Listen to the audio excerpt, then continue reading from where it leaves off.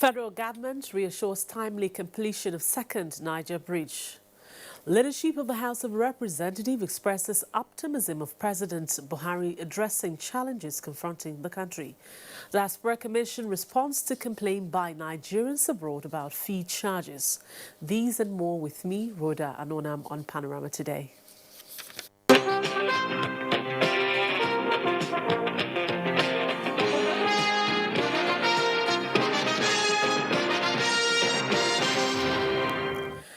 The Presidential Election Petition Tribunal this Monday resumed hearing on the petition of the People's Democratic Party and its candidate, Atiku Abubakar. The tribunal adjourned last Friday as a result of alleged attack on witnesses of the petitioner who were coming from Zamfara State. An allegation the Zamfara State Police Command has refuted. So far, the petitioners have called 37 witnesses out of the 400 they proposed. The petitioners continue calling their witnesses this Monday. The Action Democratic Party says it has reviewed its action plans towards a successful outing in the November 16 governorship election in Kogi and Bayelsa states. National Chairman of the party, Yagbai Yusuf Sani, stated this at a media briefing in Abuja. Timothy Yusuf has more. As political parties again get busier with activities towards the November 16 governorship elections in Kogi and Bayelsa states, the Action Democratic Party, priding itself as a credible alternative for elective office seekers to actualize their ambitions, has promised a level playing ground within the ambit of laws and extant rules. Releasing the election timetable, the ADP national chairman explains that various committees have been put in place to ensure that the party improves upon its achievements in the 2019 general elections. The Action Democratic Party is determined to provide deliberate, systematic, consistent policies and programs to harness and develop Nigeria's human capital. Hence, our party's best to participate in the governorship race in both Bayelsa and Kogi states. With Nigeria endowed with tremendous natural and human resources, Yabagisani restates that the forthcoming governorship staggered poll is another opportunity for Nigeria to surpass its improvement in the 2019 general elections. In Abuja, Timothy Yusuf, NTA News. The federal government says it is determined to complete the second Niger Bridge before its completion date of 2022. Federal Controller Works Anambra State, Adeyemo Ajani, said this during a visit of a team of engineers from Abuja to the site. Joy Eliogbu has details. A major signature project of President Muhammadu Buhari's administration, the second Niger Bridge is a strategic national infrastructure which commenced in 2014 that the federal government is determined to bring to completion in the southeast region. With early works phase 1 to 4, which are integral parts of the main works completed, work on the bridge is now at 23.81%. We have done all the piling across the river, from axis 100 to the end. We have equally raised the structure above the water level to a large extent, only remaining 2 pile caps to be done in the river. In fact, from the progress so far now, I think we are comfortable. We are even ahead a bit. At both the Onitsha, Anambra State and Asaba, Delta State ends of the bridge, work is still in progress despite the increase in the water level. For experts, the 1.9-kilometer project is a milestone achieved due to federal government's commitment in infrastructural development. All the concerns we have from my colleagues, they are all positives. We are satisfied because all the places that need to be sources of worry, the contractor, the supervisory team, and the consultants, tidied up the ends. The bridge is expected to be completed in February 2022. From Onitsha, Joy Iluebu, NTA News. The federal government says it will no longer tolerate incessant threats to life and property in border communities across the country. Nigerian ambassador to Benin Republic, Kayode Oguntuashe, made this known while on a fact-finding mission to oil-rich Tongeji Island in Ogun State, where the community is being grappling with constant threats of invasion by neighboring Benin Republic. Musa Toliet was on the entourage of the ambassador and now reports. The arrival of the Nigerian ambassador to Benin Republic, Kayode Oguntoashi, and his entourage to the coastal community of Tungeji Island gave a glimmer of hope of continued federal government presence and support in the oil-rich island. Here, the natives say this island, which boasts of large deposits of crude oil, requires concerted effort of the federal government and Ogun State government in terms of provision of life-transforming infrastructure for them. The mission of the entourage was to get first-hand information on incessant threats of invasion by Benin Republic on the community and give assurances of federal government's readiness to defend its territorial integrity. This place is Nigeria, but we want to make federal government, make them please help us tie this place to Nigeria, just small bridge. The state of infrastructural deficit in the community caught the attention of the ambassador and his team. I'm here to give the community the assurance of the federal government of Nigeria, particularly our President Muhammadu Buhari, that this community, the safety of the community, safety of the territory, safety of the people, we want to ensure that it is guaranteed. We have an outpost here, a naval outpost, to provide security and assurance for the people. Done with the fact-finding mission, Ambassador Oguntoashi and his entourage proceeded to the office of Ogun State Governor to intimate him on the areas of collaboration with federal government with a view to bringing succor to the natives of the oil-rich island. I will first send a team over there. I would also visit there myself and then write our National Border Commission and let them know that we need to begin to have visible presence so we don't lose that island. Governor Abiodun promised to ensure that border communities in the state will be better secured with a view to giving them a sense of belonging in Abeokuta. Musa Tolia, NTA News. The leadership of the House of Representatives has expressed optimism over the ability of President Muhammadu Buhari to address challenges confronting the country. House Leader Ado Hassan Dogowa said this after he led APC supporters from Kano South Senatorial Zone on a visit to Governor Abdullahi Umar Ganduje. Abdullahi Mustafa has the report. The House Leader led a high-powered delegation from Kano South Senatorial Zone to thank Governor Abdullahi Umar Ganduje for executing development programs and projects in the area. He assured that principal officers in the National Assembly will give all the necessary support to the administration of President Muhammadu Buhari in view of his patriotic zeal to take Nigeria to the next level of progress. Nigerians will get quality education. Nigerians will get infrastructural facilities that will enhance our economic development.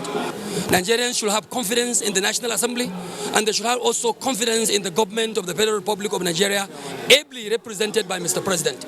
Alhassan Ado Dogowa appreciated Governor Abdullahi Umar Ganduje for the moral support given to APC stakeholders in Kano State. He reassured that elders and supporters of the All Progressives Congress from the newly created Rano Emirate will continue to support the administration of Governor Abdullahi Umar Ganduje. Governor Abdullahi Umar Ganduje expressed optimism that he will not fail Nigerians. Mr. President, His Excellency Muhammadu Buhari will conduct the affairs of this country without hindrance. In Kano, Abdullahi Mustafa, NTA News. Now, for agriculture to gain its position as Nigeria's major income earner, farmers' efforts must be backed by political will needed to succeed. Correspondent Emmanuel Akila reports on the agricultural policies of the Buhari administration, which is helping farmers in the northeast access capital-intensive farming inputs. On top of the gross domestic product chart in Nigeria, the Buhari administration is coming up with programs aimed at empowering farmers to engage in mechanized farming. The Central Bank of Nigeria, CBN, has been the major financier of public and private agricultural organizations that suit the government's agricultural policies. The Northeast Commodity Association, NECAS, which has been empowering farmers in the Northeast with farming inputs, has accessed CBN facility to provide 600 tractors to farmers in the region, out of which Gombe State has been allocated 150 units, a development the state government sees as an opportunity for farmers to key into the Buhari administration's renewed agricultural revolution. Whether it is a loan or not, they should comply with the rules and regulations laid down by NECAS so that others can benefit, so that more of it can come. If you are having 150 tractors today and you comply, I can assure that you get 300, eventually 1,000. The farmers promise effective use of the tractors to engage in large-scale farming and to employ more Nigerians into the scheme. We are so satisfied, we are so grateful. This is a new approach completely. NECAS intends to give 1 tractor each to the 114 wards in Gombe State for farmers to use on hire arrangements. In Gombe, Emmanuel Akila, NTA News. And talking security now, President Muhammadu Buhari on the 9th of July 2019 approved a special promotion for 3 officers in recognition of their hard work and efforts in the fight against insurgency. In this special report, the first correspondent Ismail Musa highlights their individual contribution to their operations. The success of any given military operation, among other things, depends on the commitment and roles of officers and soldiers deployed. Officers like Lieutenant General Lamidi Adeosun is one whose sacrifice and exploit were crucial at a time the northeast Nigeria was under the heat of the insurgency. Your responsibility is not only to sit down in your camp, but to go out, patrol on vehicles, patrol on foot. Then, as the General Officer commanding 7th Division Maiduguri, troops he led were credited to have played a vital role in counter-insurgency operations, recording victories, recovering and liberating people held hostage and areas captured by Boko Haram. This led to his appointment as the Force Commander, Multinational Joint Task Force in Chad, where he aggressively denied terrorists access and ability to hibernate within border towns of the affected countries.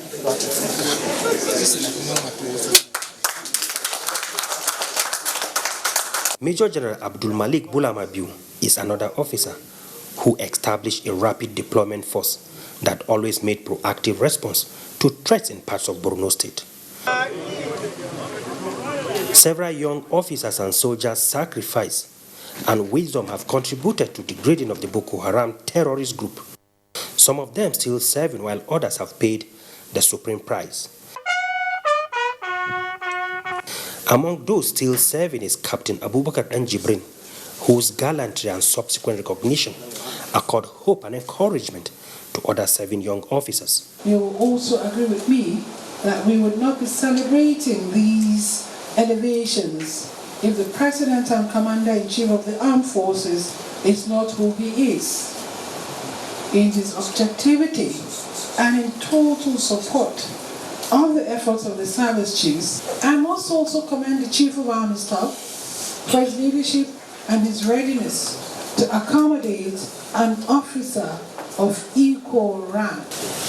The announcement of a special presidential recognition and promotion for these officers, following recommendations from the Chief of Army Staff, Lieutenant General Tuku Buratai, did not come to many as surprise, as security has been among the major priorities of the Buhari administration. Ismail Musa, NTA News.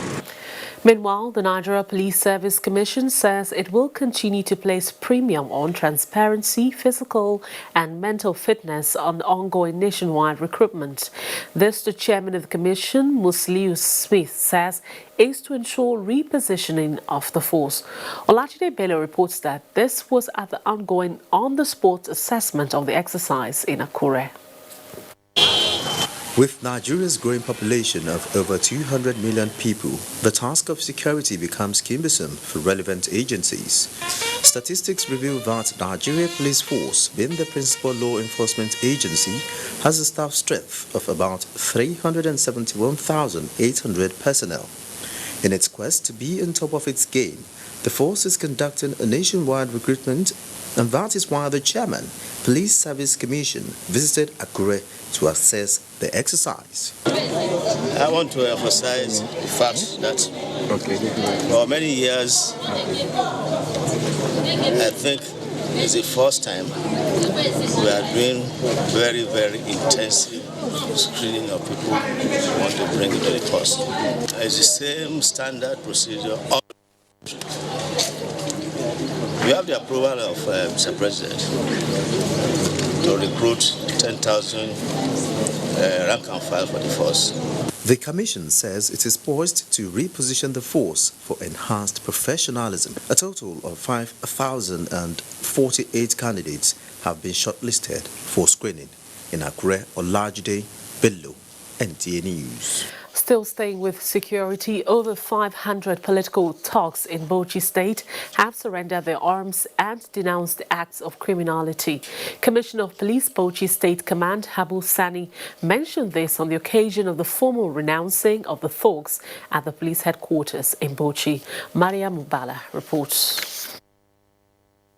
The thugs, popularly known as Sarasuka, have in recent times constituted nuisance before, during and after elections in most communities and endangered lives of many citizens of the state. With 295 of the repentant youths skilled in various trades, 170 of them are unskilled but can impact positively to nation building if gainfully employed. Bauchi State Commissioner of Police Habu Sani Ahmed, while receiving the thugs, say the command is drastically reducing the spate of Sarasuka, armed robbery and kidnapping for the good of its citizens. The door is still open to those who are yet to repent, to see reason why they should toe the same line.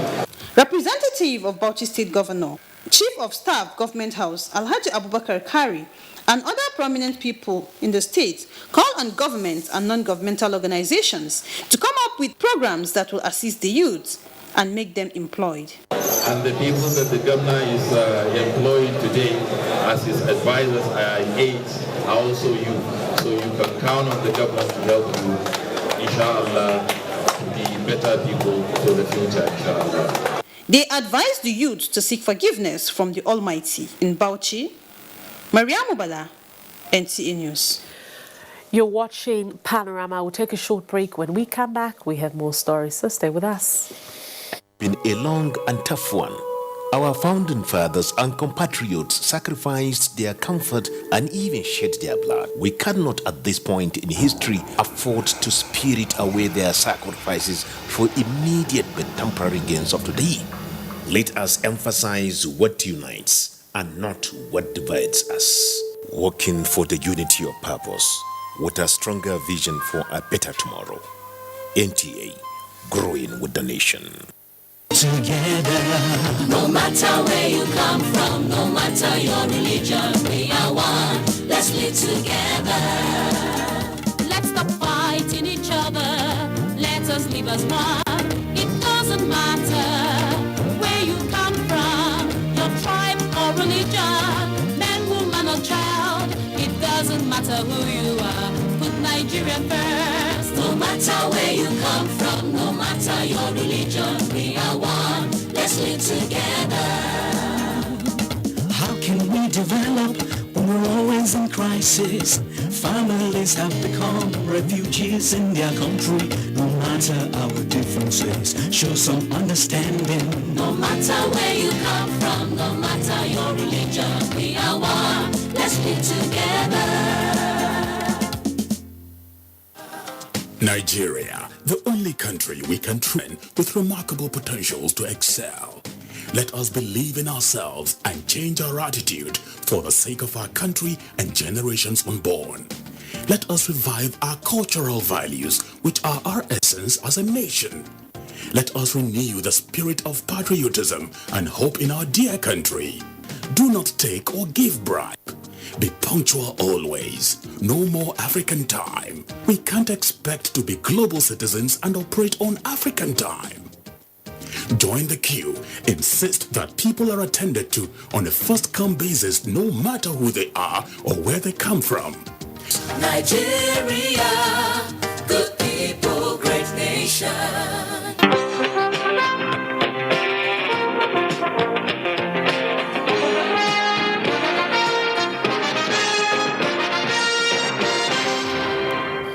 Welcome back. You're watching Panorama on the network service of the NTA.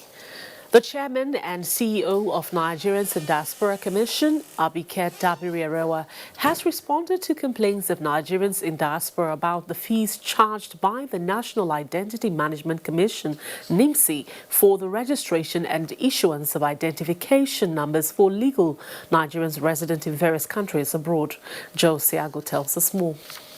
From the quality of service rendered by some Nigerian embassies in the delivery of passports to Nigerians abroad, the fee charged by the National Identity Management Commission, NIMC, to register and issue unique national identification numbers to qualified citizens and legal residents outside Nigeria was a major issue begging for attention during the Vice President's town hall meeting with Nigerians in New York. Honorable Dabiri, Chair and Chief Executive Officer of the Nigerians in Diaspora Commission, was also asked to give a constructive response to the matter at the meeting with health practitioners in the Americas in Washington, D.C. You can come to Nigeria and get it free, but NIMS is bringing it to you and say, pay a token and get it done. So which is cheaper?